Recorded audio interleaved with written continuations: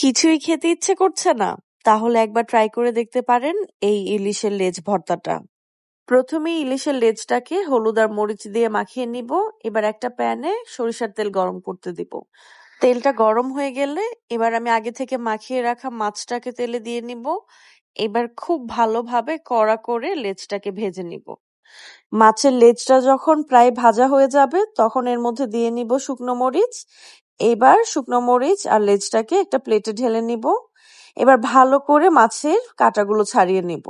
এই কাঁটা ছাড়ানোর ব্যাপারটা একটু ট্রিকি, বাট মজার কিছু খেতে হলে তো একটু কষ্ট করাই যায়। তো ভালো করে কাঁটাগুলো ছাড়ানো হয়ে যাওয়ার পর প্লেটে লবণ নিয়ে নিব পরিমাণ মতো, আর শুকনো মরিচগুলো লবণের সাথে ভালোভাবে মেখে নিব। এবার এর মধ্যে দিয়ে নিব একে একে পেঁয়াজ কুচি আর ধনেপাতা কুচি। আমার বাসায় ছিল, মানে ছাদ বাগানের ধনেপাতা ছিল, ওই যে বিলাতি ধনেপাতা বলে সেটা। তো এগুলো ভালোভাবে মাখিয়ে রাখার পর ওই যে ভাজা যে তেলটা ছিল না মাছের, ওই তেলটা দিয়ে নিব।